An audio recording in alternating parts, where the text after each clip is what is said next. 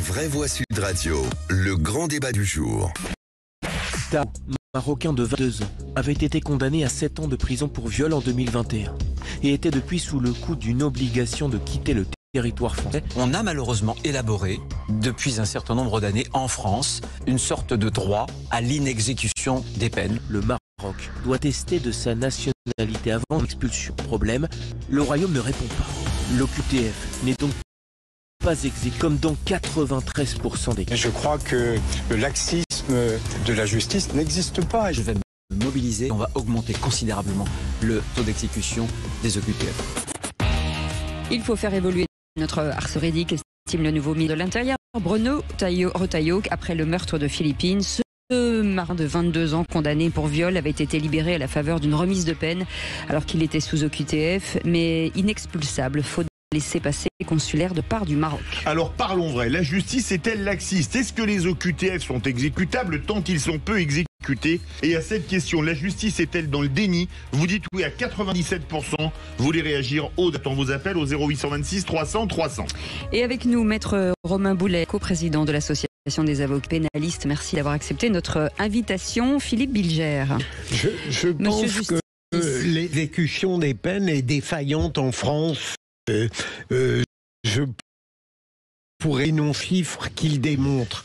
Deuxième élément, je considère que dans cette affaire, je n'aurais pas été choqué si l'accusé, lorsqu'il est condamné pour la première fois pour viol, avait fait intégralement la peine qui avait été dictée.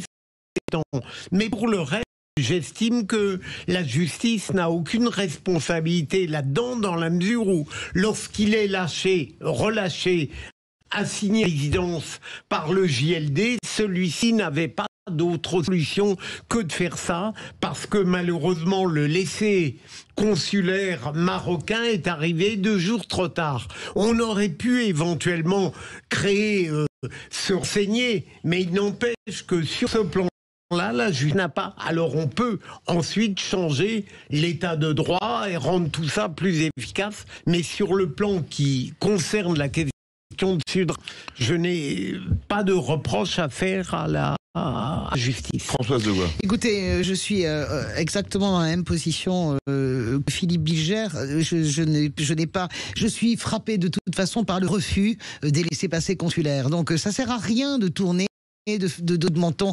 Bruno Retailleau m'insupporte autant que m'a insupporté Gérald Darmanin, Manuel Valls et Nicolas Sarkozy. Je vous rappelle, Nicolas Sarkozy, je vais Tarcher, c'était sur la malheureusement, il ne l'a pas fait. Mais il ne s'est rien passé jamais. Donc, moins de temps, moins de coups de menton, moins de com, moins de même dérapage. Arrêtons de taper sur la justice. Je le redis, c'est très de taper sur la justice à tout bout de champ. J'écoute tous les leaders et tout ce qui m'insupporte, de la droite à la droite extrême. C'est insupportable d'utiliser cette tragédie pour lancer des idées qui sont en plus fausses.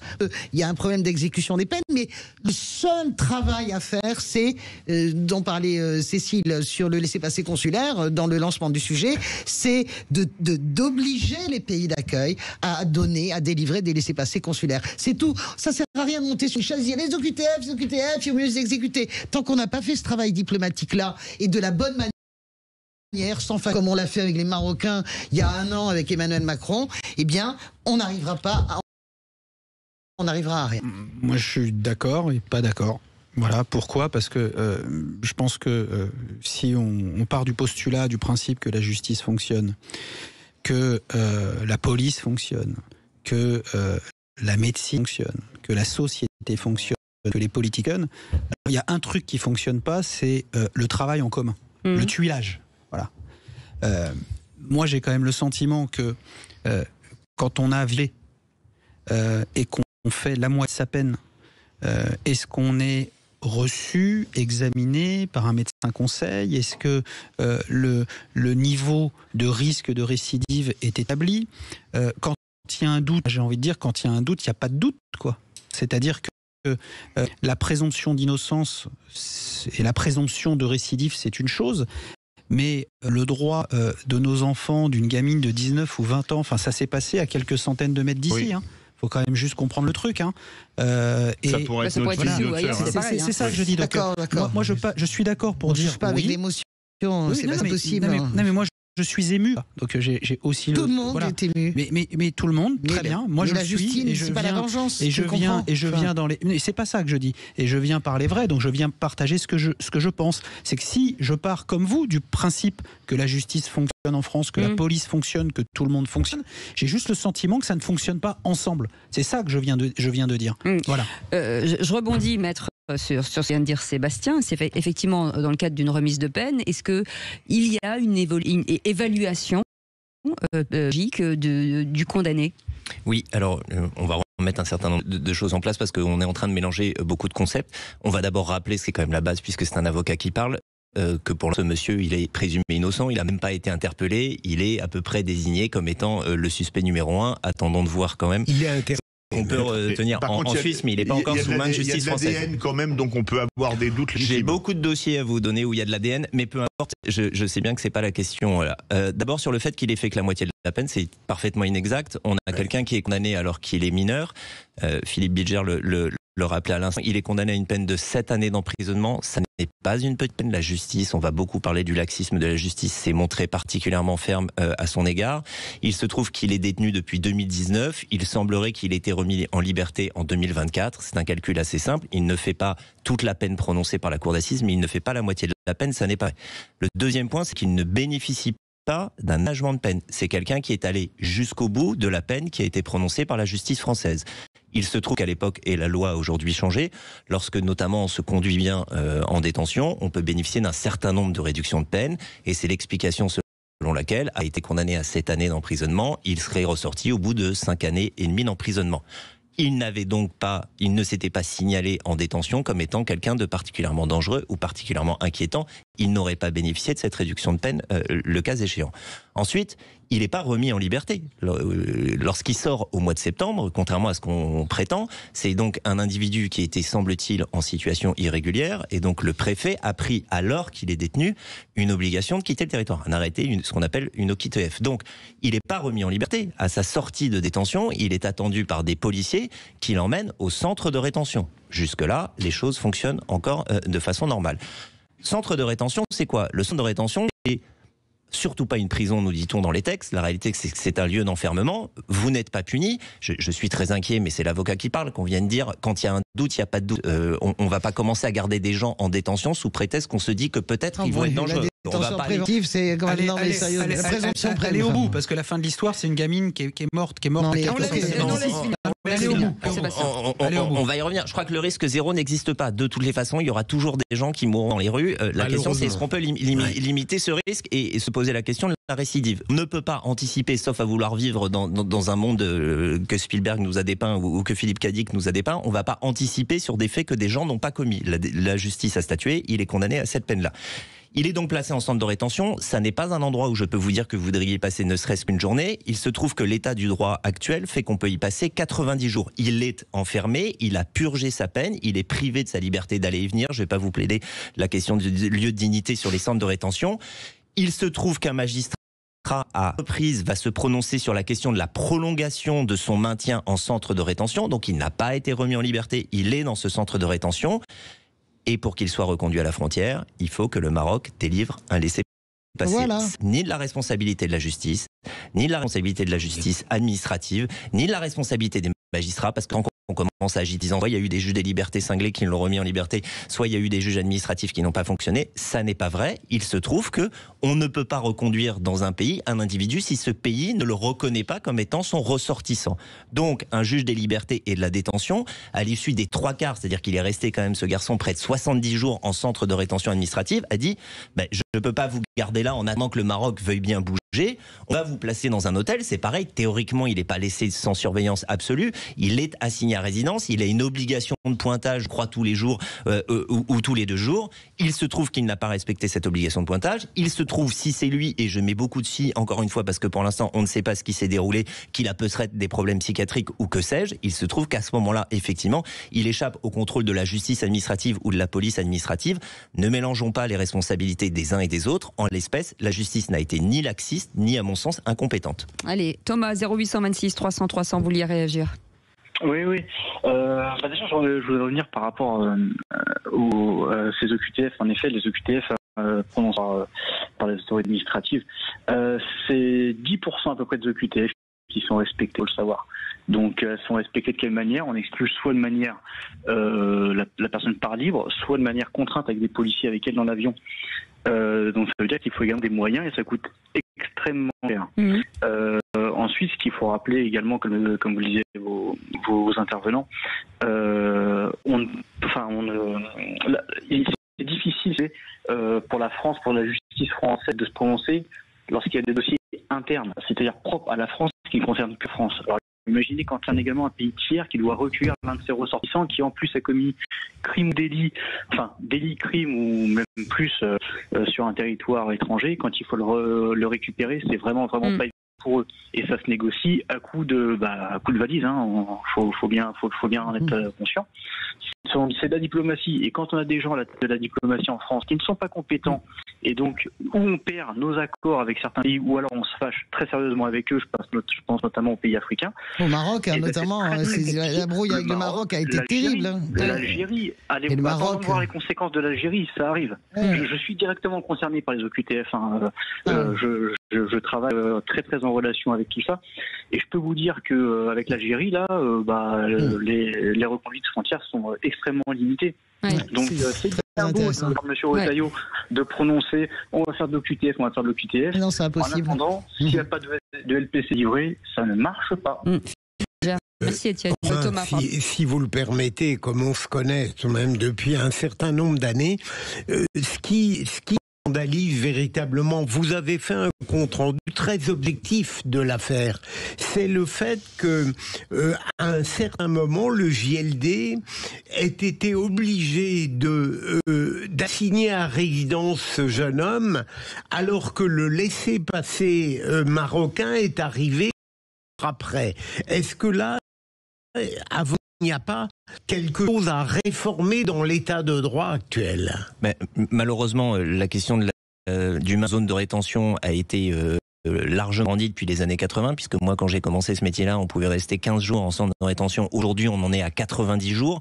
De toutes les façons, il y a un moment où on ne peut plus garder administrativement les gens retenus. Donc là, j'ai conscience que la coïncidence entre ce délai de 2 jours, après sa remise à la liberté, tombe très mal. 90 jours, c'est pas 70 jours. S'il sort au bout de 70 jours, alors qu'on pouvait le garder 90 jours, 12e jour, il y a l'autorisation pour l'expulser. Excusez-moi, on peut pas dire que ça fonctionne. Ça dysfonctionne. 90 jours, c'est 90 jours, pas 70 jours. Il faut savoir que, pour le coup, statistiquement, le taux de réussite des OQTF diminue drastiquement après les premiers jours. C'est qu'en fait, soit vous arrivez à envoyer les gens dans leur pays d'origine dans les premiers jours, sans compte statistiquement que plus le temps passe, moins en réalité.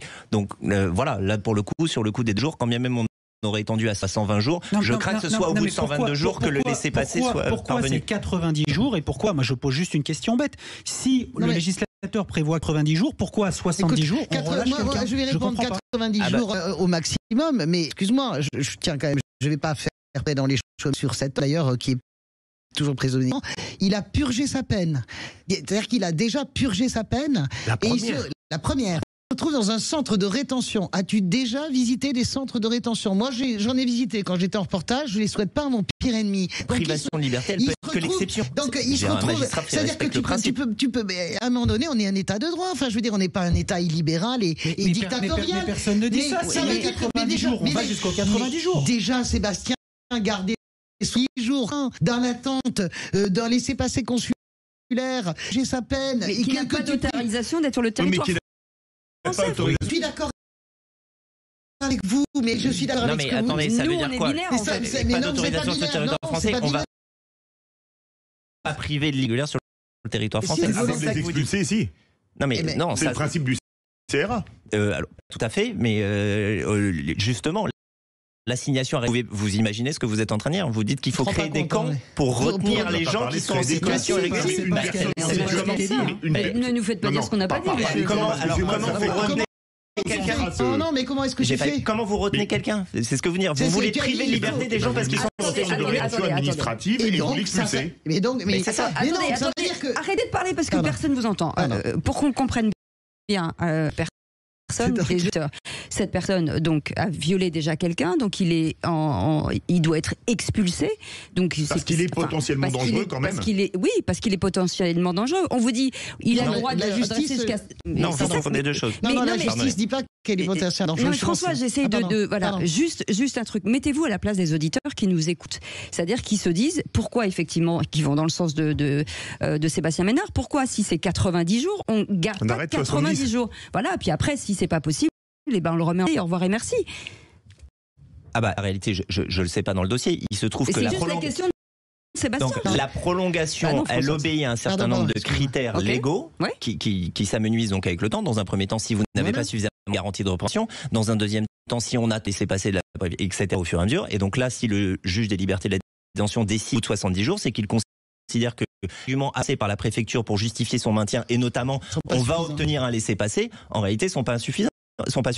Non, mais sur ce que Philippe a dit, le juge a été à la fin obligé au regard des critères d'aujourd'hui de le lâcher. C'est 20 jours. Le critère, c'est 90 jours. Non, mais c'est pas 90 jours, c'est avec des détails. C'est ce que t'expliques l'avocat. De conditions qui font que légal de le mais par rapport à ce qu'a dit Philippe Diaby, c'est quand même assez intéressant parce que l'idée d'assigner d'office à résidence des gens qui sont en situation illégale sans du côté, c'est vraiment grave. Si je ne m'abuse, les États-Unis le pratiquent.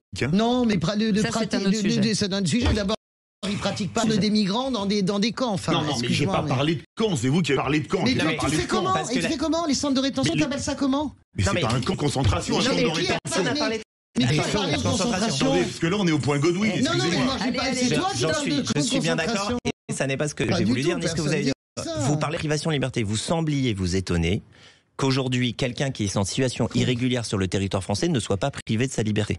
En vue d'être expulsé, oui, parce qu'une personne en situation irrégulière doit être expulsée. Dans le cas de cette personne. Donc la privation de liberté. Non, on parlait de tous les gens qui sont en situation irrégulière. Je parlais dans ce cas-là. C'est quelqu'un qui est potentiellement dangereux, il a déjà violé une fille. Non, c'est quelqu'un qui a exécuté sa peine. Mais c'est pas pour ça qu'il n'est pas dangereux. Non, mais comme n'importe qui d'entre nous. C'est pas parce qu'on n'est jamais passé devant un tribunal qu'on n'est pas dangereux. Ça, pour le coup, vous ne pouvez pas anticiper sur la dangerosité de quelqu'un. Mais tu peux pas anticiper la dangerosité d'un individu. C'est un autre sujet. Est-ce qu'en détention, on est compté ou en tout cas suivi pour savoir si on est potentiellement dangereux quand on ressort. Mais donc, quand vous dites il faut priver de liberté un certain nombre d'individus, vous vous étonnez du terme de camp, c'est que c'est camp ou prison. La privation de liberté. Ou alors bracelet électronique en attendant une expulsion. Mais c'est ça une assignation à résidence. Mais c'est exactement ça une assignation à résidence. C'est la décision qu'a prise le juge des libertés de la détention. C'est le camp qui m'a vraiment choqué parce que bracelet électronique et il y a quand même. C'est toi qui parles sur Dachau. C'est pas vous qui parlez de camp. Personne n'a parlé de Dachau. Mais quand on entend camp.